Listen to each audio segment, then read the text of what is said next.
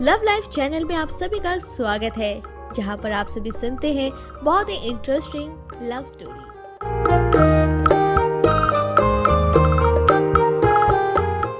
प्रिया, uncle के बारे में सुन के मुझे बहुत दुख हुआ। देख प्रिया, जो होना था वो हो गया। अब तुझे सब कुछ भूलकर आगे बढ़ना होगा। तेरे सामने पूरी लाइफ पड़ी हुई है। और ये क्या, तू स्कूल पढ़ाने भी नहीं आ रही है। आखिर ऐसा करेगी तो कैसे चलेगा। प्रिया, हम कल 2 दिन के टूर के लिए मनाली जा रहे हैं और तू भी हमारे साथ चल रही है। रेशमा, अब मैं स्कूल नहीं जाऊंगी। मुझे नहीं पता मैं क्या करूंगी। और हाँ, तू अब आ ही गई है तो मेरा रेजिग्नेशन लेटर प्रिंसिपल को दे देना। क्या? ये तो क्या कह रही है? प्रिया, अब मैं तुझे कैसे समझाऊं?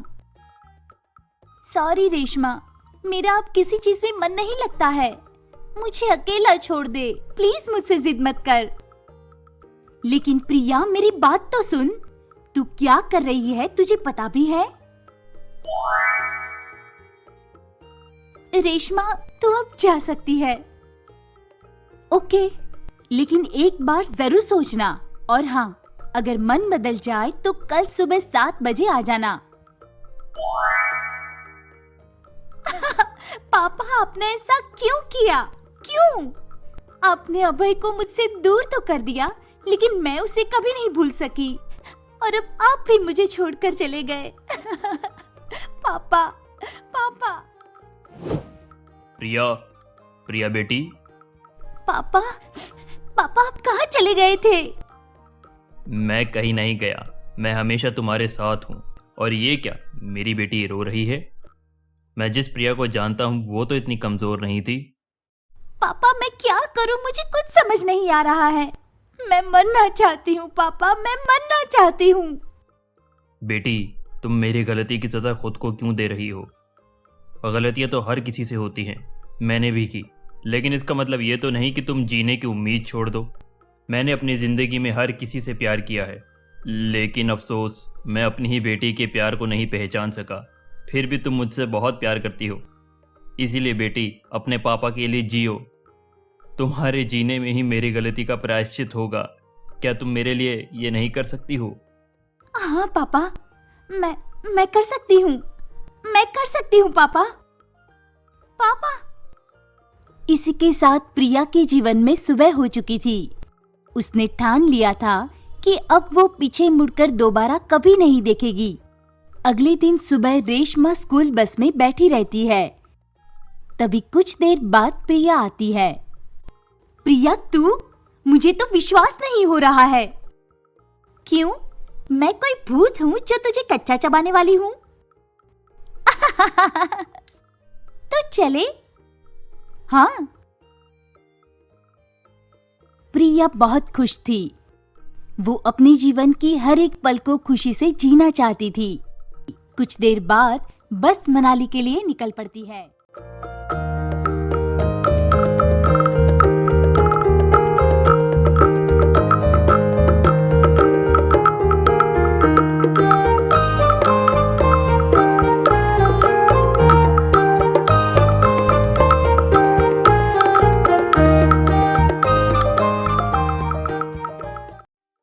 कुछ घंटों के बाद बस प्राकृतिक सौंदर्य से सराबोर पहाड़ों की रानी मनाली पहुंच चुकी थी। धीरे धीरे सभी लोग बस से उतर जाते हैं। प्रिया मनाली की खूबसूरत वादियों में अपने सारे गम भूल जाना चाहती थी। प्रिया बस से उतरकर हंसते हुए पहाड़ी की ओर भागती है। पीछे पीछे रेशमा भी भागती है। तभी अचानक प्रिया का पैर फिसल जाता है और वो गिर जाती है। प्रिया सिर कर नीचे गिरने वाली होती है कि तभी कोई उसका हाथ थामता है। जैसे ही प्रिया ऊपर आती है तो अभय! प्रिया को बचाने वाला और कोई नहीं था बल्कि अभय था। अभय अब आईपीएस ऑफिसर है। उसकी पोस्टिंग मनाली में थी। मनाली में आने वाले हर एक टूरिस्ट की सुरक्षा का मुआयना वो खुद करता था। आज भी अभय वही कर रहा था और इत्तेफाक से उसकी मुलाकात प्रिया से हो जाती है।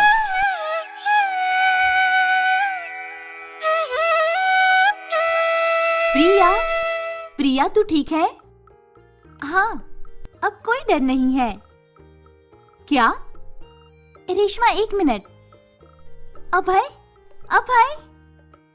यस मैडम, आपने कुछ कहा? मैडम, अभय, मैं प्रिया। प्रिया, तू इसे जानती है? रेशमा, मैं तुझे बाद में बताती हूँ। अभय, तुम कहाँ चले गए थे? सॉरी मैडम, आप शायद किसी और की बात कर रही हैं। वैसे पहाड़ जितने खूबसूरत दिखते हैं उतने खतरनाक भी होते हैं, इसलिए जरा संभल कर। ये कहकर अभय वहाँ से चला जाता है। प्रिया अभय के बर्ताव से शॉक में थी। वो एक जगह स्तब्ध हो जाती है। प्रिया, प्रिया। हाँ, क्या हुआ? क्या तू उसे जानती है?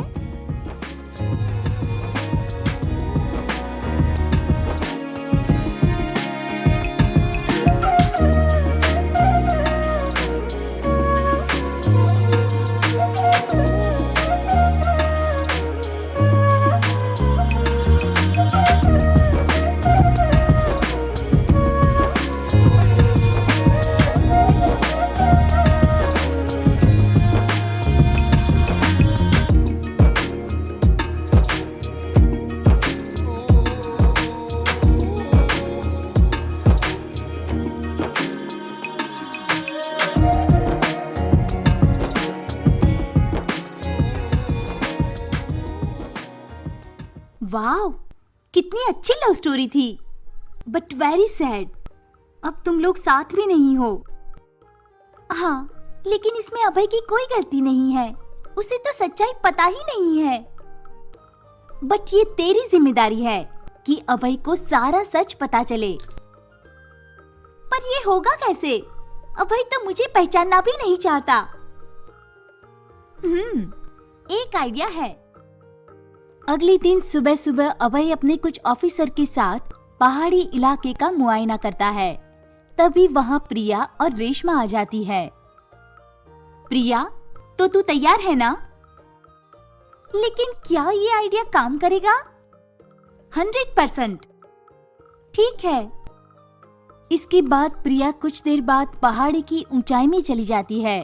तभी रेशमा जोर जोर से चिल्लाती है, अरे कोई बचाओ, बचाओ उसे। रेशमा की आवाज सुनकर अभय अपने ऑफिसर के साथ दौड़ कर आता है। क्या हुआ मैडम, एनी प्रॉब्लम? हाँ, प्रॉब्लम ही प्रॉब्लम है, तभी तो हम ये सब कर रहे हैं। क्या मतलब? मतलब मेरे दोस्त की जान खतरे में है, वहाँ ऊपर देखिए। Oh shit. इसके बाद अभय भागकर ऊपर जाता है और कुछ देर बाद ऊंचाई पर पहुंच जाता है। मैडम, मैडम, ये आप क्या कर रही हैं?